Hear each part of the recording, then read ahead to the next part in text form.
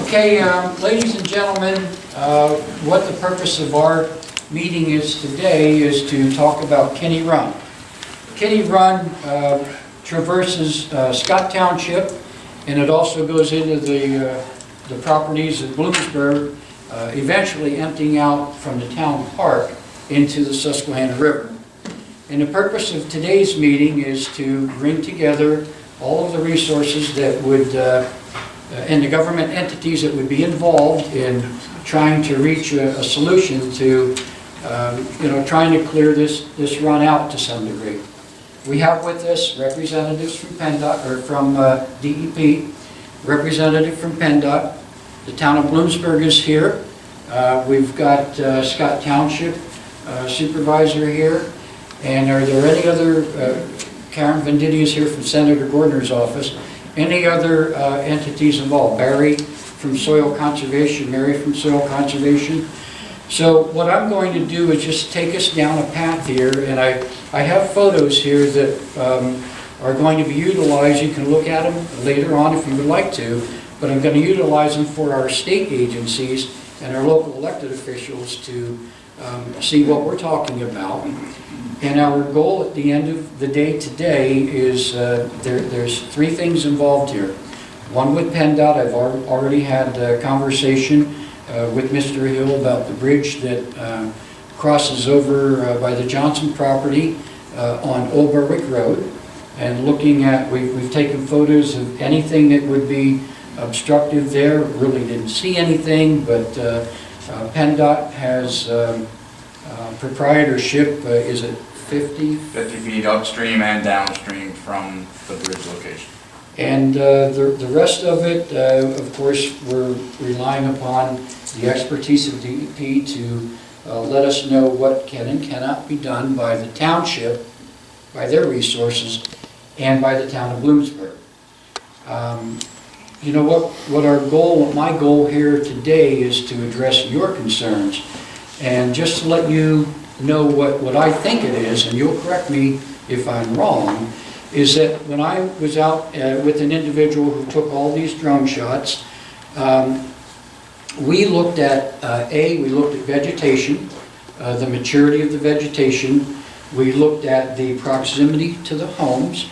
We looked at any overgrowth or standing water that could create some mosquito problems or West Nile virus. And we also looked at any obstructionary points, choke points, in this run from the Espy Bog down to where it empties into the Susquehanna River. And we identified a couple, but listen, I'm not the expert. I only know what I can visually look at from a photo, but I didn't see anything that I didn't think that we couldn't have a cooperative spirit from both the township, the town, and our state agencies to try and do some remedial work in this run. I do not think, from what I saw, that we're talking, a lot of expense to do it. I think my personal feeling is that it could be done with the maintenance resources from either the township and the town.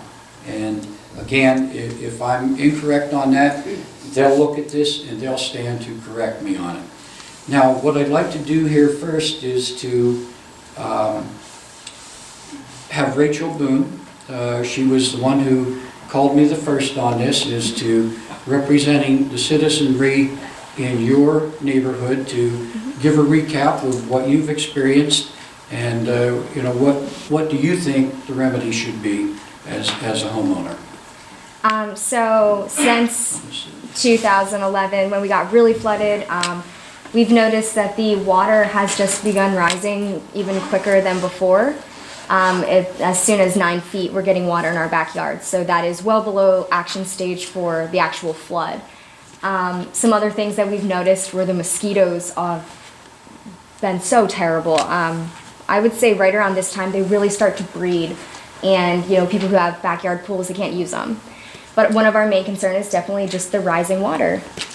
We're just wondering, we're very optimistic that there can be a change. We're realistic in the fact that we understand, no, it's not going to solve the issue completely, but we are looking for someone to help alleviate the stress because this is just not what a quality of life should look like. We shouldn't have to worry that every time it drizzles, the drains are going to overflow, and next thing you know, we have 4 feet in our house, which is how quick it happened last time. So you had 4 feet of water, standing water in your home? Yep. In a very short duration of time? Yep. So I think they called for action. The fire station came around. We had about 30 minutes until it was full blown in our crawl space. So we have 4 feet in our crawl space, and then we actually had 4 feet inside of our ranch story house. So we lost everything. No fault of anyone that we didn't get enough warning. That's just the way of life. But we're trying to prevent things like that from happening. And you are in Scott Township in Sherwood Village? Yes, sir. And how close to you is Kinney's Run? I know About borders 50. your 30 property, feet, but 40 feet behind you? Yeah. 20 feet behind you. And Mr. and Mrs. Steiner, you're on the same street in the Yes, we same are. township? And did you experience the same problems that she mentioned? Well, we listened to the weather, and we found out later that the flood gauge up at Neshoppin on the west branch, on the north branch, Susquehanna, failed. And when that went down, it was stuck at 25 feet. And we didn't get much warning because they kept telling us that it wasn't going to be at flood stage. And I have a marker in my backyard from '72, Agnes, and it very quickly overcame that. And we had 22 inches of water on our first floor. And from the time that the event occurred until you got it, what was the time frame there? I listened to the evening weather. It was too fast to move it. It was, yeah, it was just almost, I kept getting up and looking about every half hour or hour to see where the water was. And it was over the Agnes mark, and then it came up to my garage. And at that point, I started trying to pull everything out of that position there, to anything that was salvageable, like lawnmowers and snowblower and things like that. But it just came up so quickly.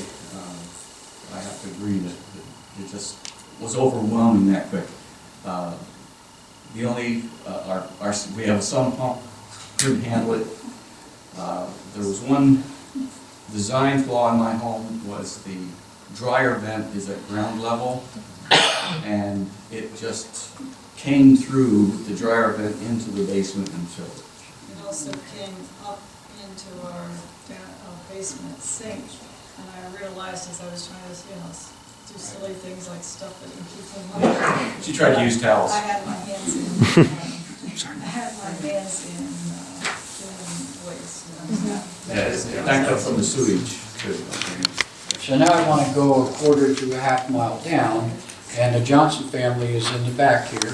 And Gary, could you tell us what you experienced with your property back there? I know we have an issue with some trees there and everything, and we're trying to work with you on that.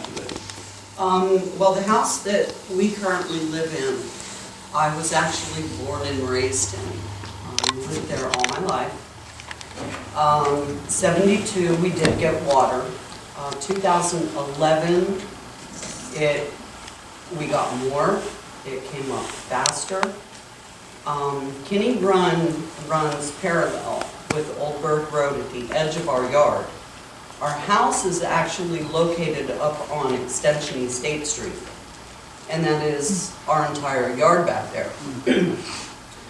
We had, during 2011, approximately 5 to 6 feet of water in our basement. It's never flooded like that before. Currently, right now, our yard is flooded right now from the rain that we've just had. It's never done that before. It's getting worse. Every year, the water down there from Kinney Run does not flow under that bridge. It swirls because there's another creek, and I don't know the name of it. Comes from Fifth Street Hall, so I gave that one. And they meet at the corner of our yard. Well, the one that's coming down from Fifth Street Hollow is being blocked off by rocks from the neighbor, and it's not flowing under the bridge, but instead it's pushing up into Kinney Run, which is forcing the water up into our yard. It's Yeah, the not water goes going backwards. down there. That kid blocks that Kinney Run off and it backs up. Okay, we'll go down further now. Charlie, you have the recycling center there. You want to give us a recap of that?